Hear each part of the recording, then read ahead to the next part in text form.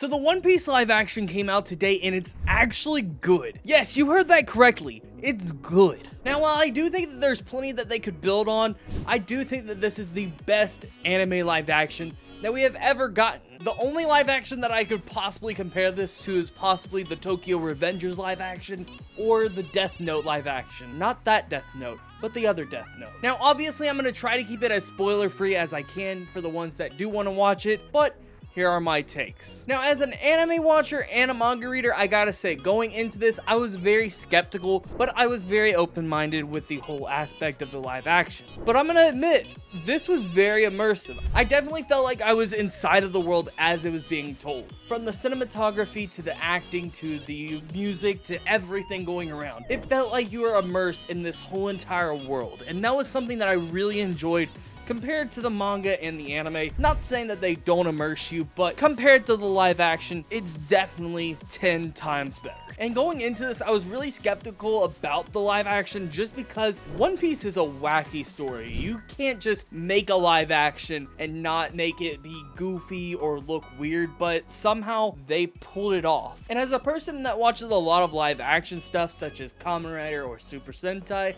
I gotta say the action scenes were brilliantly choreographed and the CGI wasn't as bad as I thought it was going to be. I mean, at times you of course had weird CGI moments, but there's always going to be weird CGI moments in any production. But moving on, I really want to say that the casting here was absolutely amazing. Almost every single character from the live action looked like their manga counterparts, making it easy for fans to immediately notice which characters were which, and then fans that follow the series could actually recognize characters that they know should be in certain events, such as the characters that were at Roger's execution. Overall, I don't have any complaints about the casting here. It was pretty much spot on in every single aspect. Now, I do want to bring up one scene in particular that I did enjoy a lot as a manga reader that we never got actually in the manga. That story would of course be Zoro versus Mr. 7. Now, this was a beautiful moment for manga fans. This is something that we have never seen, and it was nice to see the introduction of Baroque works this early on, and especially for the whole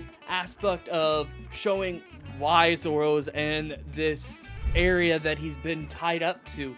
It was nice to see that compared to the manga counterpart where we never really got to see this story, and it's just nice to see that. And also the choreography for that fight and the choreography in general was amazing for every single fight. Particularly that fight though, it was spot on. I really enjoyed that fight for sure. Now I do want to talk about 3 certain characters that definitely stole the show for me. And those characters would be Buggy, Sanji, and Zoro. Now, Buggy we already knew was going to be a oddball character, and that's a character that is hard to do in live action, and it's a hard character in general to do. But I think that the actor that played Buggy did a really good job at portraying Buggy, and then also the dialogue for Buggy didn't feel off-putting.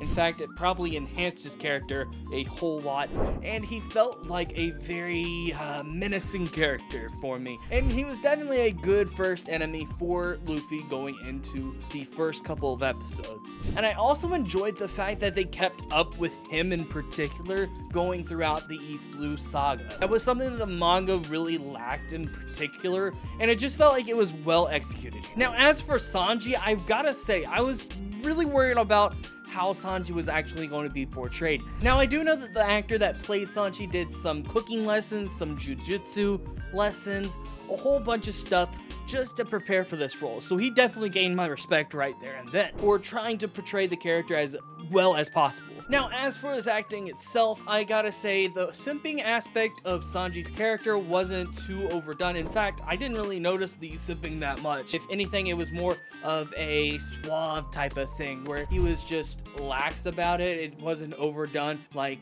it normally is in the anime, but definitely Sanji was definitely really well done here. Probably my 3rd favorite character in the live action for sure. But the one that stole it all had to be Zoro for me, and I'm not even a Zoro fan. I gotta say, I am 100% a Sanji fan. But for me, Zoro actually stole the show here more than Sanji, Buggy, or any other characters that I actually really enjoyed in the anime. Between Zoro's one-liners and his fights, it was just a breath of fresh air for Zoro's character, and it didn't feel like Zoro, but it felt like Zoro at the same time.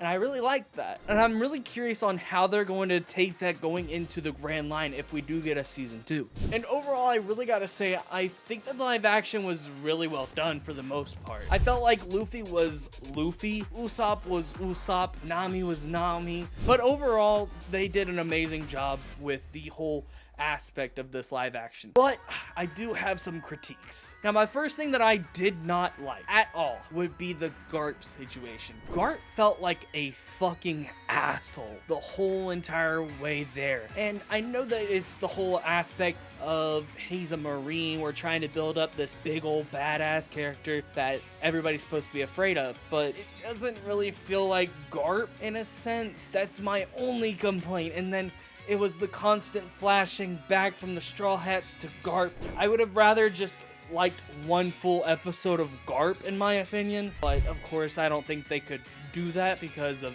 how it would affect the pacing. But that's just my personal feeling. I feel like that definitely detrayed a little bit from the live action part, and it kind of felt like it wasn't immersed, but it was immersed at the same time, because in the world of One Piece, the world is always moving. So I don't know how I feel about it. I'm not 100% sold on the whole Garp situation, but overall it made sense, but it just didn't roll right with me. But I do think that following Kobe along the road was a different aspect that I think could work as a spin-off manga of sorts. Maybe just like a one-shot thing that happens every once in a while. So I don't know. I think it could work possibly. But another thing that didn't make sense for me personally as a manga reader, it was just the whole fact of Arlong being at Baratier. That just was something that I didn't understand why they chose to do that. It just wasn't, I guess, right. It didn't feel natural. It just felt like they were like, oh, we gotta build up Arlong and make him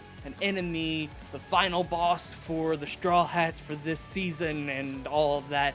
But it didn't feel right. It would have been better just to jump from the Baratier to then traveling to Arlong Park, getting to know everybody in Arlong Park, and then wrapping up the story very well. And they could have possibly actually done a little segment with the reverse mountain, which I expect that they're going to be doing that in season 2 if they end up doing that. But I don't know why Arlong was there, and it didn't really help for that arc. I would have rather seen a Don Krieg fight, in my opinion. And also, Don Krieg was literally there for 5 minutes before he got taken out by Mihawk. I'm pretty sure that fight was supposed to be longer. But even with all of these gripes, I do gotta say, this adaptation was really well done, and I can't wait to see season 2 if Netflix chooses to do so. And I don't think the IGN is a good place to get reviews from.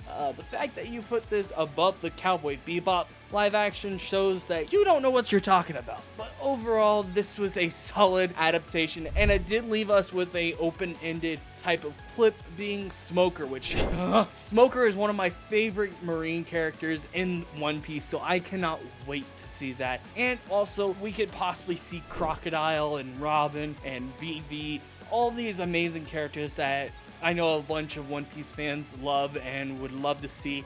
And we also will get a bigger budget this time, which is going to be amazing. I really want to see what they can do with a bigger budget. But let me know what you guys think down in the comment section below. Did you like it? Did you hate it? Did you think that it was meh? Let me know. And if you guys haven't already, go ahead and click the subscribe button down below and smash the like button as well while you're down there. And without further ado, I'm going to get the heck out of here. I'm Foul Place, and I'm out. Peace. If you guys want to see more high quality videos often, please consider go ahead and becoming a YouTube member. It helps me out, and it makes it to where you guys get early access to videos and possibly getting channel emotes. These videos take a lot of time and effort, so allowing myself to have that extra time, it just allows videos to come out sooner and to look better as well.